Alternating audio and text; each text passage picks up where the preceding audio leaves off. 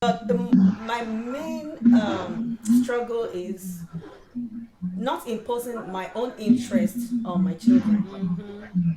We grew up to, with our parents. No, Yeah, I want tell you this is what you should do. Yeah, you are supposed to be a doctor. You must do this. Yeah. Yeah. So That cannot work again, no. Exactly. Not imposing my own interest. No, but in But you this can case, gently guide them you can towards guide your them. Okay, I think the last time we had a discussion about motherhood, I said something that my mom, I've talked about my parents, but my mom was always telling me when I was young to do law. And I told people that in retrospect now, I should actually have done law. Seeing at myself now. Do you understand? Yeah. They didn't force anything on anyone, but my mom would be Odunla, Lord, you can read, say. Yeah. Lord, that's the way my mom would say it. Because as mothers, we feel like we have these the instinct is there. You can tell. You know your child. You know your child. Like seeing this child. This is what this child should do. Yeah. As a doctor, but that's what in I said. the age we are in. In the age we're in now, no, it's not going to help. You can't do that. So in the age we're in, it's just to guide and nurture their interest. And just a model for them as well. See, as mothers, it's always good for our children to see through us. Being transparent means you can see through. Yeah, it's always good for them to see, okay, this is my mom. I can see through what the message she's trying to pass across to me. That might be one of our struggles, one of the struggles of being a mother. Like she said, Bimbo said, I should be able to go to my daughter's school and just play with her friends, and them seeing that, okay, Lavina's mom can play with us well, which is what I love doing. I love playing. Sometimes I think they came for my daughter's birthday, and one of them was like, after playing with them, she said, "Your mom is crazy." She said, she's a white. So they don't. He said, "Oh my God, your mom is crazy." Yeah. Wait over John on Nigeria, crazy. But I understand, what she meant by your mom is crazy because we should be able to play with them so that they'll be free to relate with us. They'll be free they'll be open. I think I understand what you're saying, but I want to go back to what Bimbo said about drawing the line. Where do you draw the line? Absolutely. When do you draw the line from being a mom and being that transparent and friendly and being a friend? So at what point, when do you draw that line? I think that, again, I'm the youngest in this journey. Yeah, the youngest. What about you? You have children. I have a lot of children. Yes, I have children. But I think we need, personally, I may be wrong, is we need to be moms first. Before being friends with the kids. Yes, I agree. There's a reason why, we are that symbol of authority for them for a while. And, we can't raise kids who don't understand that there are, boundaries. And boundaries. They should know that there are boundaries. Definitely. Exactly. So first, as a mom, I have to do my role as a mom, and then I cannot be your friend. But you would know when things get real. Stepping out. This is why most children will be like, they tend to go towards their dad more than mom because they feel like mom girl's child. No, it's the girl child. No, especially the girl child. Boys are closer to mom. Yeah, of course, boys are closer to mom. But I mean, generally, moms are stricter to them. Well, generally, in some cases, not in all cases. In all cases. Generally, they gravitate to their dad. Yeah. Because they feel like, my mom won't. She won't take it from me. I'm just thinking back to me growing up, really. Because, like I said, my husband is not around half of the time. So right now, my kids are young, so they still tend to gravitate towards me more because they see me more. They see you more, yeah. It's you that they see. Yeah, exactly. I'm not like always on ground. And my husband is seated and I'm here, and they're still going past him to come ask me something about science or math, and I'm like, your father is here. Exactly. I will send them back. Go and ask him about But I'm thinking back to growing up, even though it's a different time. I feel like my dad was we kind of fed him more. It wasn't like he was he was stricter in the sense that he would give you a long rope to pull yourself. But when he decides to, step in and discipline, it's real. My mom is a spontaneous. My mom was a disciplinarian. Yeah, she would. They actually was calling my mom a soldier then. Of course. They were calling my mom. So my mom is more, I would not tell my mom some things I would tell my dad. Yeah. Because she will even relax enough to hear the entire story before she starts to judge, But I feel like my dad would listen all through and then would. So yeah, but at the same time, I know the things I can take to my mom. I know the things I can take to my dad. Yeah. So that's what I'm thinking. So really, it's to find a balance. It's striking that balance. Yeah, and that's a major struggle. Yeah. A major struggle and setting the boundary. Having that boundary is very important. For functional members of society, we need boundaries. We need boundaries. Everybody needs boundaries. We need to know that. Very true. Very true. All right, Bimbo. So let me come to you about this loss of personal space with our kids. Because I'm going to put you on the spot with your head. Because you told us at the beginning of this show that that's not yours. But I remember that for my daughter. Yes, as a mom, you lose your space, especially if you have a girl child that is coming into your closet to just take things. Shola just told me she's looking for a pants. And your shoes are gone. This topic, I wish she could even come and talk on this, because the personal space, if there's no personal space, do you know that, now I'm on the big side, I'm an honorable, right? My daughter is slim. My daughter, I'm a size 18. My daughter is a size 10. But do you know she wears my clothes? She will find a way to still make the cloth. The top, she will tie it at the back or something. In fact, the one she did one recently that shocked me. She used peg to hold the cloth at the back. Because she wanted to use the outfit to take a picture. And I was like, seriously? So when I'm looking for something, I'm like, Ayokumi, where is this? She just said, sorry, Mom, I just borrowed this. So the personal space thing is, but I think it comes with age. Do you understand? It comes with the age. So when she was younger, she wasn't like that. Do you understand? So, of course, now she's growing older. She's more conscious of herself. She wants to look good. She wants to look nice. Now, me, I'm not even like that. I'm not so she's the fashionista in the house. Yes, I have nice things. But she's the one that knows how to mix and match them very well. You know?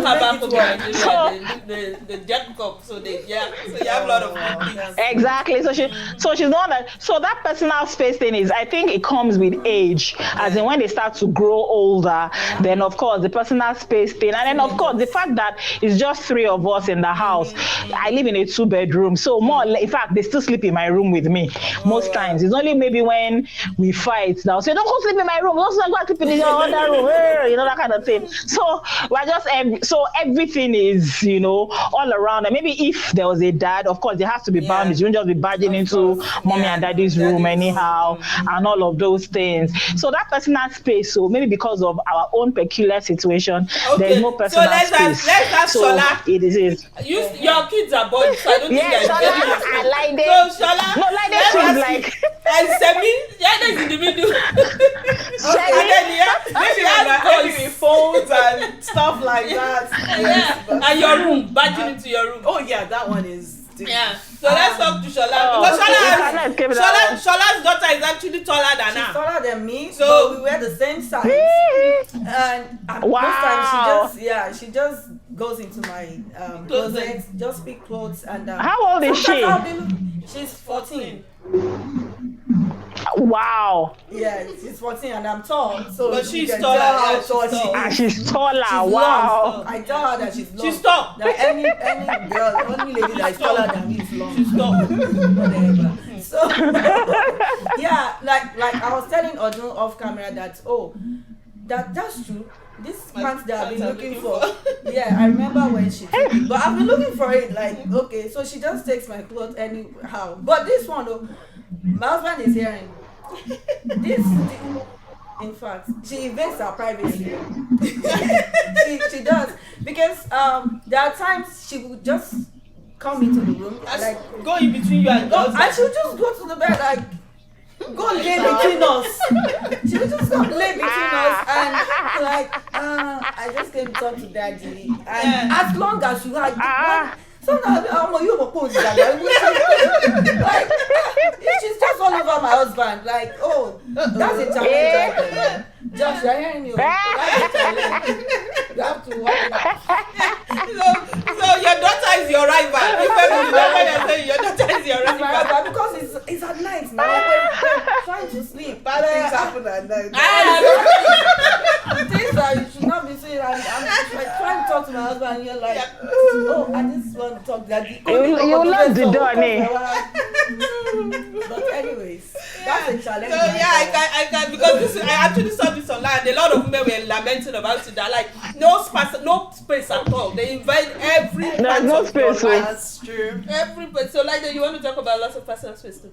Well, I mean, like like you all know, my kids are boys and they're younger, so I can still harass them with it. So I know that time is coming when it will be harder. But in terms of like I said, with age. Yeah.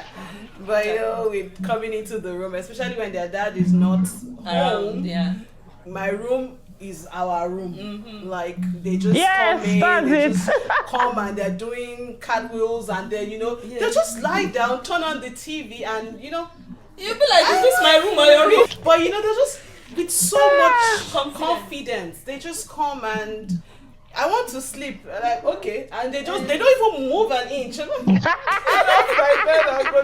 But then I'm looking for my phones and I find it with them, and even though it's supposed to be passworded, they find a way around. So things like that. They will know how to hack it. Yeah. But much more than that is your head space. Exactly. Yes. The mental your head space is just taking over. Yeah. Because every minute of every day they give you something to think about. So you have to be again intentional and deliberate about actually clearing that space for yourself sometimes. Yeah. All right. It's true. So thank you so much.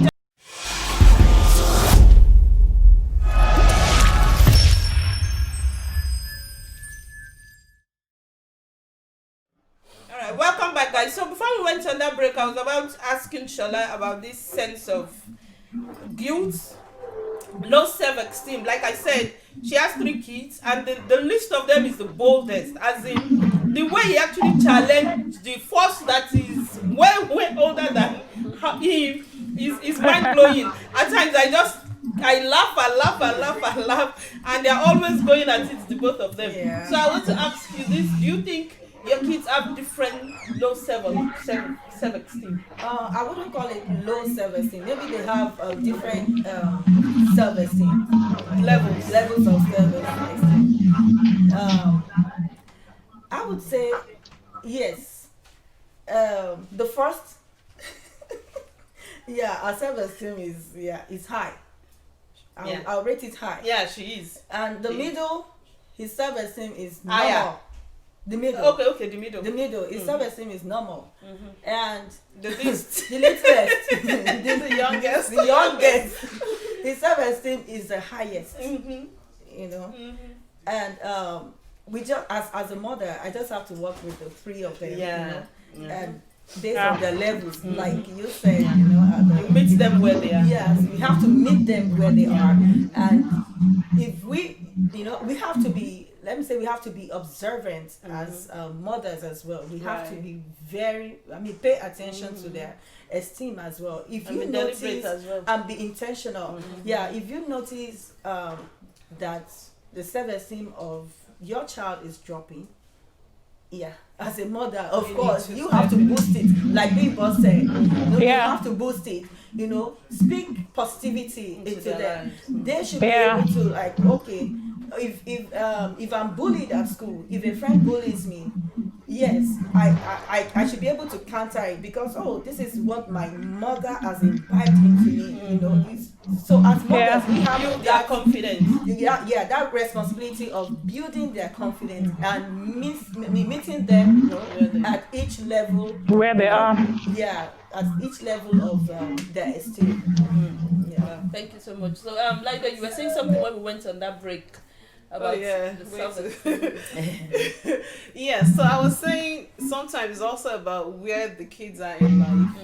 So the youngest one, who seems to have this really high self-esteem, could also be because, you know, is at that level now, where he's not so aware. Yeah. And so he can say anything. And say anything. And then he said things. And I'm just like, where are you getting this from? His personality is involved. I was going to say that too. The personality is one part of it. Some kids have that personality. Yeah, it's a major part. It's large. Yeah, he has a big personality. And then on the other hand, he's been babied. Because whether we like it or not, as the kids go down line, the amount of attention we give to them, how serious we are about this, very true.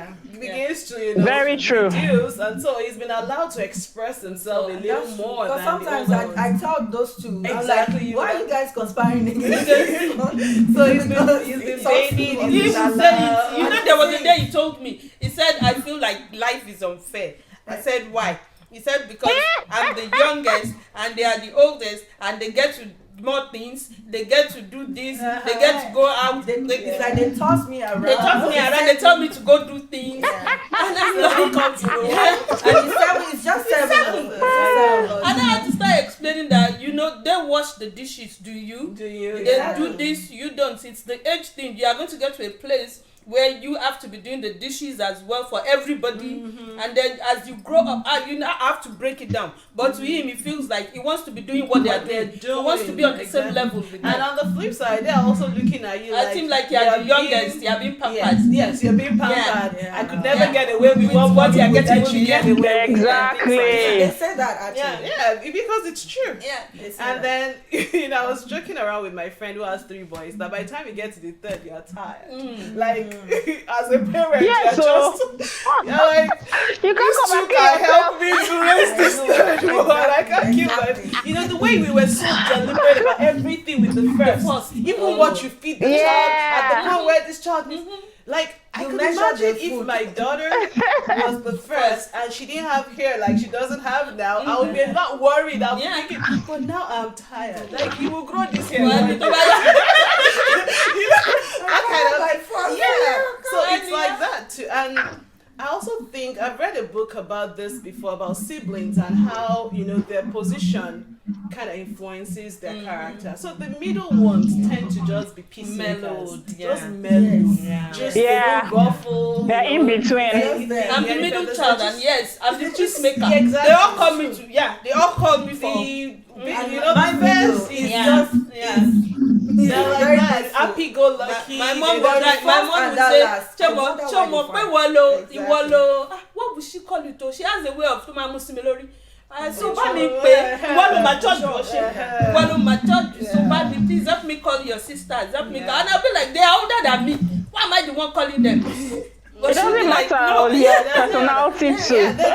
Your personality type too. It's true. And because between my 2nd and my 3rd is 6.5 years. Yes. So I've seen the change in my 2nd over time because now he has a younger sister. He's a little more, you know, he's the one that my daughter slaps anyhow. He just brings his face to slap. But she cannot do that. And then I think another thing is knowing the temperaments of your children. Because every one of us has got a temperament. All right, which is also associated with our personality. So if you study about temperaments, we have the sanguines, like I'm a sanguine, you have the choleric, you have the phlegmatic, you know, then you have the melancholy. And then the truth is, nobody is one particular temperament. There's a mix of there is a both. predominant personality. Do you understand? Yes. So, like for me now, I can be a bit of a choleric. I want to be in charge, and all of that. So that is there as well. So there's Malcolm is very usually together. There's sanguine, phlegmatic. So you have to know. Yeah. You have to know. So when you know their temperament, you won't be so bothered. Like I remember, like they were saying, oh, her firstborn is very kind of into himself, and everything. It might just be his, his temperament. Yeah, exactly. So there's nothing wrong in that. But again, when we're looking at it, what you just do is you look for the strengths that you can help him leverage on. Yeah. Do you understand? So that it's not that withdrawn part will not be so predominant. You will help him sort that. Yeah. So you help him. You look at the weaknesses of that particular temperament and leverage on it. Yes, please go ahead. Yeah, so it goes back to what we're talking about, struggle as a mom. Because when you're looking at it from the lens of self-esteem, you have to be careful to see people that are like that tend to come across like they're not bold. And so you're thinking, how do I help this child? And in a society like ours, and in the neighborhood where we live in, where, for the most part, my child is like the only black kid in the class or in a soccer team or something. And he's just passive. And you see this small Oyibo kid will just come and say things, and it's just because his nature is to let go. But you're looking at it like in that view of, I know there is racism. So you have to strike that balance to not allow the child to walk all over him. Exactly. To learn to speak out for yourself. But at the same time, you don't want him to be uncomfortable. That's a major struggle. Parents as well, in the midst of all these is immigrants. We're just like to that's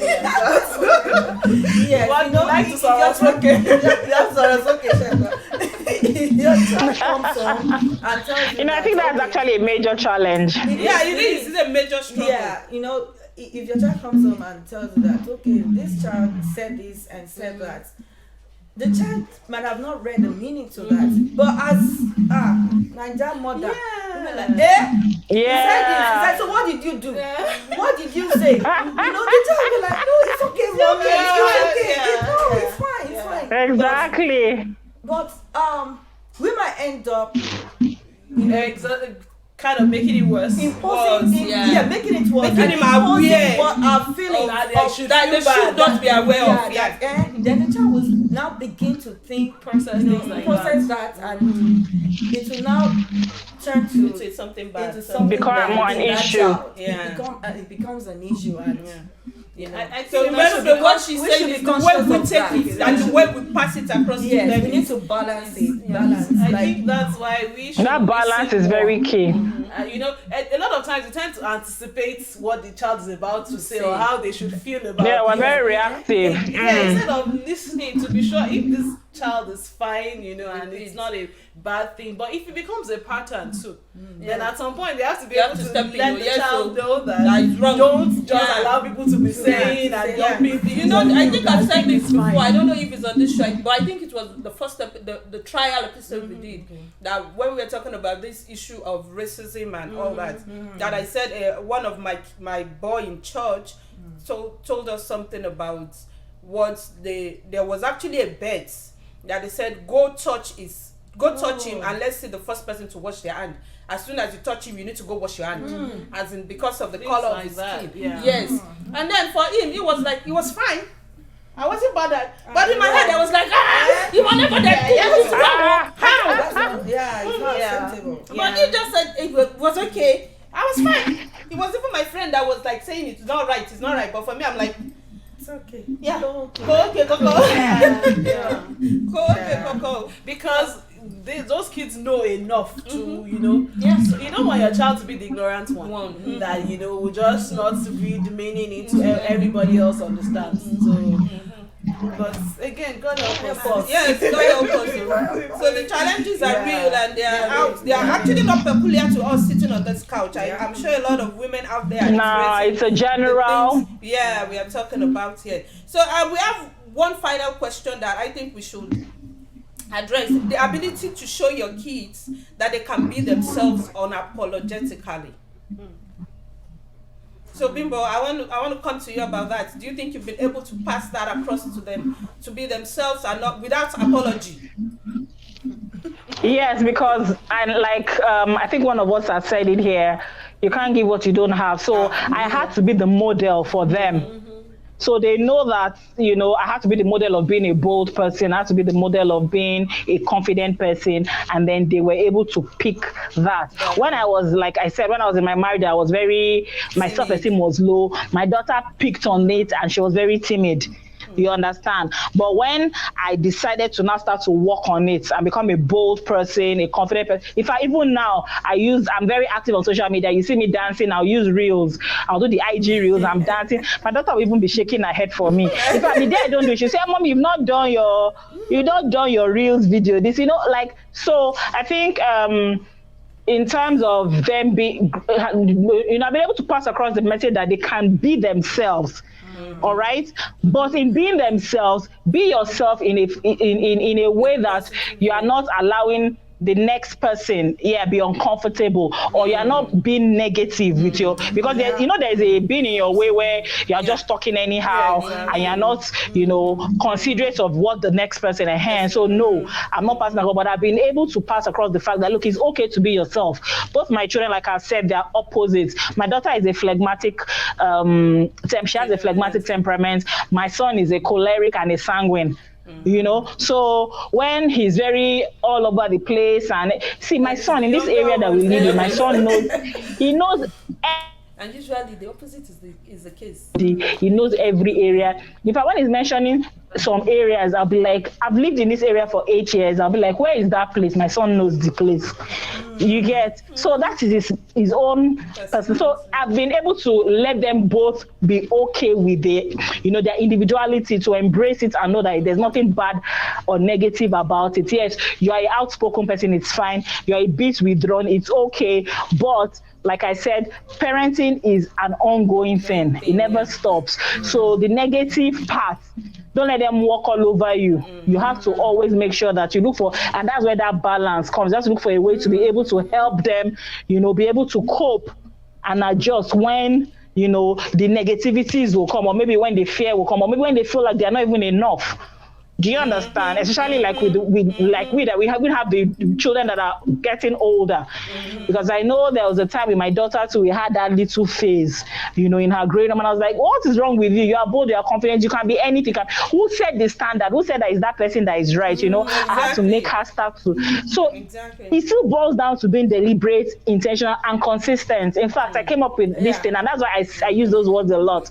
I always like acronyms, CID. That's what I call it. So that means as a parent, you must be consistent, you must be intentional, you must be deliberate about everything and anything that has to do with your children.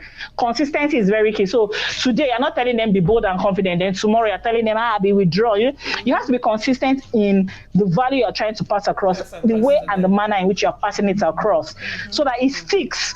We're creatures of habit, so it's something that we see over and over and over again. It's not the first day you tell a child, don't do this. Children pick up what they see more than what you tell them. Yeah, they pick up what they see. It's not what you tell them. What you tell them. So you have to say, it's not do as I say, but do as I do. Do you understand? And you have to be consistent with that do as I do. You understand? Not do as I say. So that one is there. And then, of course, being intentional about it, and then being deliberate about it. So I think it's an ongoing work. I won't say, I've reached there, or I'm perfect. There's no perfect parent. That's just the truth. The way you raise your children now, somebody will have questions. Somebody will still have some, reservations about it. The way I raise my children, somebody will still have some reservations, because they'll still feel like, their own is the yardstick. But at the end of the day, there is no yardstick. I'm telling you, the yardstick that should be available is, look, the only constant thing is their positive values. Ensure that your children have those positive values in any way or manner in which you can instill it in them. Let them have it. So that's just it for me. All right, thank you so much. So, let me ask you, I want to flip the question a bit. As balancing the work motherhood challenge, I'm still going to come to you with that. Now, do you think you've been able to show them that it's okay for you to have a working life and to have every other thing as well, without guilt, without regrets, without, I don't know if I should ask you, but I'm going to come back to you too. you don't feel guilty for being a banker, Or being an engineer, having a career, or having a career as a woman. As a woman. No, and again, it goes back to You know, you can actually apply to your sons as well. I know that I you can have the best of both worlds. Right, absolutely. I know, and it goes back to our own values. I remember the last show we had, and I said something about it, that as a family, and it doesn't matter what the family structure is like, we have to define what our values are very quickly, and then once we define it, then we need to live it consistently. So for me, I think they should understand that as a man, as a woman, you work to eat.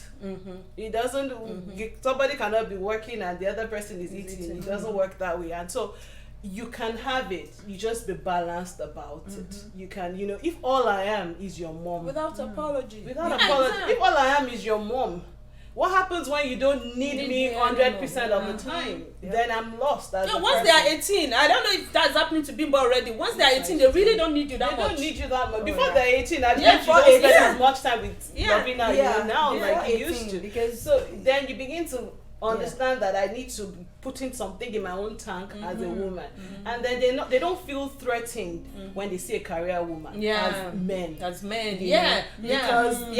seen it at home. They've seen their mom. They see me now. They see me wake up middle of night to read. They see me say good night. We do our prayers, and they're like, "Are you going to bed?" I'm like, "No, I have to study." They understand that, but I'll still be up in the morning to get you out of bed to get you ready for the day. So, like we all said, it's what they see, they model, and then their expectations too are formed from that. So I know without me saying that my son is not going to go and carry one trophy wife now and say, I just want to be one Barbie doll. Yeah, exactly. All you have to do is just sit pretty and I'll be taking care of you. That's why I said it's personal. It's personal. If they see a girl that is, pursuing a career, they don't feel threatened by it. They understand that. So they feel comfortable. They feel comfortable. Because I brought that up because I know it's actually where we come from. It's a major issue. They will tell you you are doing too much. You will not find us bad. You are buying this big car. No man will approach you. You are forming big girl. But those times are going away, whether we like it or not. I still stumbled on it. I stumbled on it 27 years old asking that question because it's not gonna overnight. The boyfriend is actually saying he's going to break up the marriage because she's investing too much in her education. She's investing. She wants to get a PhD. Okay. Then you ask them. That's a topic for another day. Like, what did you even talk about when you were dating? Like, did you not discuss? They're dating. But now she wants to go for a PhD. But the guy is discouraging her. Then you should let her go, and she should let him go. They clearly don't match. So let me come back to Shala because I know you get to leave the house very early, and your kids are seeing that. They are seeing you that mommy works, mommy leaves the house early, daddy works, daddy leaves the house early. But then when they come back from school, there's food for them to eat. Right. There is a roof over their heads. So do you think you're passing that message across to them too? You can actually be more than one thing. That's actually be more than one thing and not feel guilt without apology. Exactly. Exactly. Like Bimba said and Lydie said, I will still repeat, be a model. It's what they see you do. And this will take me back to the definition of motherhood, that we had initially, which is it's an institution to me. She said it's a journey. It's a journey. You said it's a call, an institution. They're all intertwined. So this institution, as a teacher, as a lecturer, you are teaching. And whatever you're teaching as a teacher, as an elementary school teacher, these kids, if you want them to walk in the hallway, you want them to walk, at a certain spot in the hallway, you have to lead. You lead as a teacher. They're following you. They're following you. So they see what they see you do is what they will do. So as mothers, yes, like the question you asked, leave early, get back. I mean, we all come back. They feel, there's food for them to eat. Yes, there's this place of being overwhelmed, but at the same time, let's talk about the joy of it. Like I enjoy cooking and. I enjoy it. I enjoy seeing them eat. So at the same time, knowing that there's this thing I'm imbibing in them, like especially my daughter. I want her to understand, Right. grow up to know that okay, Yes. being a mom, being a wife, being being a a friend, parent, being a I mean, sister, a a and cousin, a walking mom, you know, walking a mom. walking mom. You know, it's you have to balance it. Yeah. And being a worker at church as well, because you go to church, spiritual you serve. life, Yeah. yeah. You have to balance it. Yeah. Balance is the key. We're not perfect. We're not perfect. We're still working Of course, towards right. it. Of Yeah, course. but at the same time, we still have to make it work. We have to lay this foundation for our children. Lay this foundation for them to see you as a role model. Yeah, I think we are going to round up with that. Seeing you as a role model. I remember, I can't remember. A role maybe model. Like 8 years ago, there was something I wrote on Facebook, and I said, what you don't want your kids to do, don't do it. Yeah. You can't be a disorganized parent and expect your kids to be organized. Yeah, absolutely. It's not possible. You can't be organized and expect your kids to be disorganized. So the role model thing we keep talking about is do what you want them to do. Most of the times we talk. All we do is talk, but we don't really act it. And they really don't listen to what we are saying. They listen to what we are doing. Exactly. They listen to what we are doing. Yes. So people, just give us your final thoughts about all our discussion for today so we can wrap this up. Okay, well, my final thought is what I've been saying from the beginning. And like I said, it's to be a good mother, a good parent, you have to be consistent, intentional, and deliberate about the way you are raising your children up. So whatever you are clueless about, go and seek information about it, all right? Seek knowledge. As a parent, you're also growing. It's not only your child that is growing. Yes. So you have to, you've not done this before, except, okay, all right, if you have more than one child, all right? And even then, like we said, the children have different personalities. So you have to go and learn how to even handle the personality that is different from what you were used to, maybe with your first child, for example. Now, for you guys that have 3 children, you might be that you even have 3 different personality types. So you need to learn how to, work with it so that you are not, you're not harming the child in the process or trying to do a one-size-fits-all. So at the end, so it still boils down to being consistent as a parent, to be a good mother. You have to be consistent in the way you raise them up positively. Then you have to be intentional about it. You are deliberate about what you're doing. So for example, you said, you cannot be disorganized. You want to be neat. You want your child to be neat. Then you have to be intentional about. Because someone like me, that neatness, it is like I can throw my clothes on the floor. But because I now have children, I have, I want to, so that when I'm removing my clothes, I have to fold it so that they are seeing that example. But funny enough, even with that, my daughter is like, she's the neatest in the house. So she's the one, it's me and my son who can be very untidy. So she's the one, but at least she learned how to be neat from me somehow. Do you get what I'm trying to say? So she has now been able to take it up. So when to her, she cannot even stand the house being disorganized. As I am like this now, that I've put this one here, put this one there, she's just waiting. Once I finish like this now, she'll just come and clear everything and just, so it boils down to being intentional. So I've been intentional to teach her that, look, being tidy is a positive value to have. So she knows that. My son knows that as well. So we just have to continue. Parenting is a continuous, in fact, there's this thing, they say continuous improvement. So we have to continue to improve on our parenting. I don't feel as if you don't know how to do it. Honestly, nobody knows how to do it. Nobody learned it from heaven. We're all just, in fact, trial and error is happening in the journey itself, So may God continue to help all of us. Amen. So, like, your final thoughts. I'll just add a little to what Bimba has just said and to emphasize that motherhood, for all the challenges we have talked about today, that's actually going to be my line. I'm going to ask the 3 of you, would you trade it for anything? No. Let me answer you now. Never. So I'm going to ask that. Yeah, it's a beautiful thing, and the reward is not just after when your kids are grown. It's actually on a daily basis. Yeah. It's, you know, just seeing that It's child the smile. There's a come smile to they you can with a actually big put on your face smile, as I well. know, Yeah. with that love. Yeah. And you know, your kids love you unconditionally. Oh, my little nephew came into my room one day and he just said unto her, I just came in to check on you. Are you okay? Yeah. And then he came on my bed and gave me a hug, and I'm like, oh, thank So you for all the time you scold me, that time is beautiful. Yeah, so it's a beautiful, beautiful journey. And like Bimbo said, nobody really has the manual for it. manual for it. We're just trying to figure it out on your own. So if you're out there and you're feeling overwhelmed, you're not alone. You know, we're all feeling it every now and again. And, you know, seek help if you need help. Talk to people, form networks. I think that's one thing that I've read. I've not been able to do myself, but I've read that it's helped a lot of people. I'm sorry.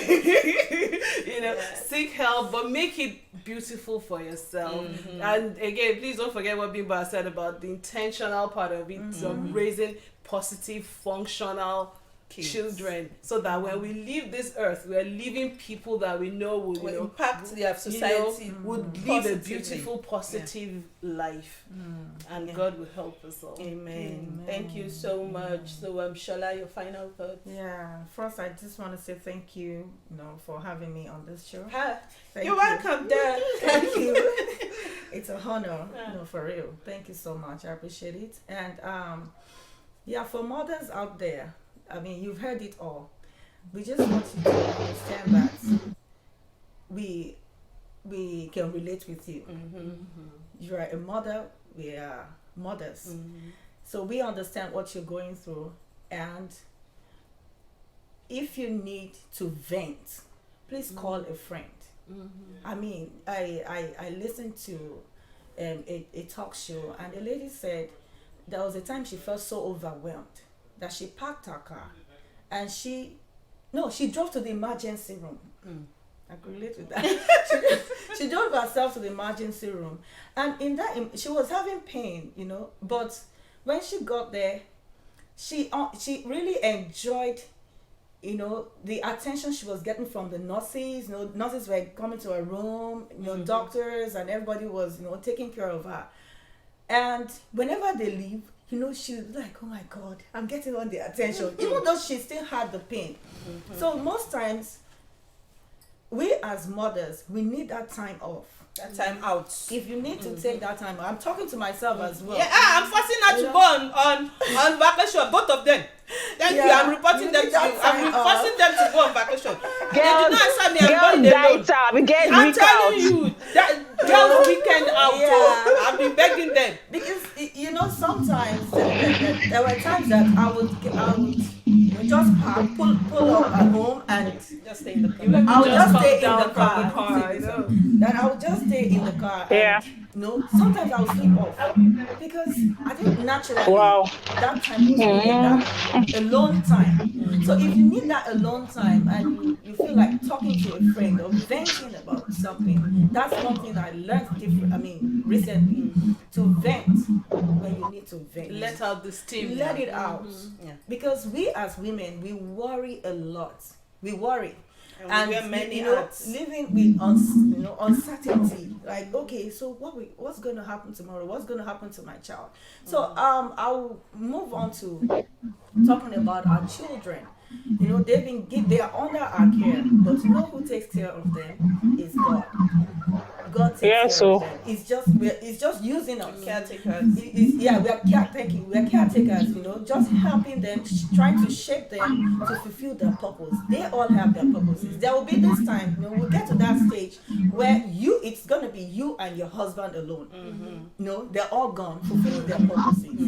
So that's the joy of motherhood. Like, okay, if you retrace your steps, if you examine yourself and ask yourself or rate yourself, how have I done?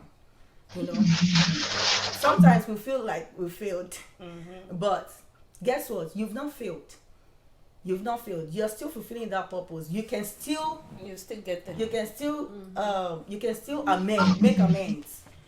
So as mothers, like I said, this motherhood is an institution. Please, let's keep teaching, modeling. Let's keep learning, and let's always go through the test, and God will help us. God will help us. Sorry, one more thing about our children. Just understand that each of your children have their own strengths and weaknesses. That child that is very quiet, that child has his or her own strengths as well. The strength is there. It might be that inner strength. Oh yeah. Yeah. Please, you can help that child to discover that strength. Let us teach our children what integrity is. What do you do when no one is watching? If your mom is not there, what do you do? What are you doing? If your dad is not watching you, if your friends are not there, what are you doing? What are you thinking about? Flexibility as well. There are times when our children will have to make some decisions, and they're trying to blend in with their friends. Yeah, exactly, blend in. Like, oh, I want to feel among, but my mom doesn't want me to do this. Where do you strike the there's balance? actually there is no excuse. You can stand out if you want to stand out. If you want to, you can be different. You can stand out. You don't have to feel guilty for standing out. I teach my children in church that. I tell them you don't have to feel guilty or feel sorry for doing something different. Like everybody might be doing this thing, you can just decide to not stand out and to be a new and you'll be the one to start a new thing if you stand out. So integrity, flexibility, and ownership. They need to learn how to take ownership. Take ownership of who you are, and also your behavior as well. Oh, you did this. Oh, we make mistakes, and parents, we need to let them know that even me as a parent, I make mistakes. We all make mistakes. Don't feel bad when you make mistakes. That mistake is going to help you to become a success. Let me put it that way. Failure leads to success. Thank you. Thank you so much, Shola. Thank you, Bimbo. Thank you, Laide. Thank you all so much for doing this with us today. So I'm just going to end up by saying, we've had the unfiltered, unspoken mental challenges that mothers go through. They've all told you how challenging it can be, and they've also told you the beauty of it. So we've had women's view about the mental load of being a mother 24/7. Because it's a job that doesn't end, it keeps going. So it's actually, they've survived it, they are still surviving it, so you can survive it as well. You can get to the other side where you come out and sit down and say, this is what I went through, this is what I did, and you come out better for it. They are all talking from experiences. It's not that they read it somewhere, that someone told them to do this way and they did it that way and it came out right. No, it's experiences that they've lived with it. It's things they've done, how they've gone through it, they've survived it. So if you're out there, you're struggling, especially new moms, you're sleep deprived, you have to go to, you have a lot of things, you don't understand why your baby is crying at times, you really don't know what to do. So you're going through a lot of different things that you've not experienced before. They've all gone through it and they are here. So that's to tell you that you can come out on the other side and be on this couch one day telling us what you've been through. So hang in there. Keep up the good fight, you will get on the other side. So thank you all so much for joining us today. Thank you for having me. Thank you for having me. Yes. Thank you. So Bimbo, when we came on that show, you want to lead us out with that your dance step, that your dance move that you were showing us all the time. You know?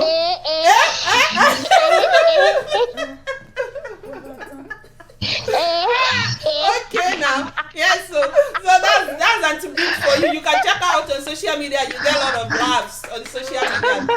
So thank you all so much. So guys, like our social media page. Like us on Facebook. You can like us on YouTube, Glimpse Extra on YouTube. You can like our social media page. We are all on the social media platforms. And for those in the United States of America, you can actually watch us on Roku. We're on Roku TV, so you get to sit in your living room with a wine, or a cup of tea, and watch us, and just watch Bimbo make you laugh, and just laugh away. For every stressed mom, this is actually a distressor. You can watch us and distress. Yes, so happiness, yes, so exactly. But until the next time we come your way, my name is Odun Akerele, and this is RealTALK with Odun. Bye.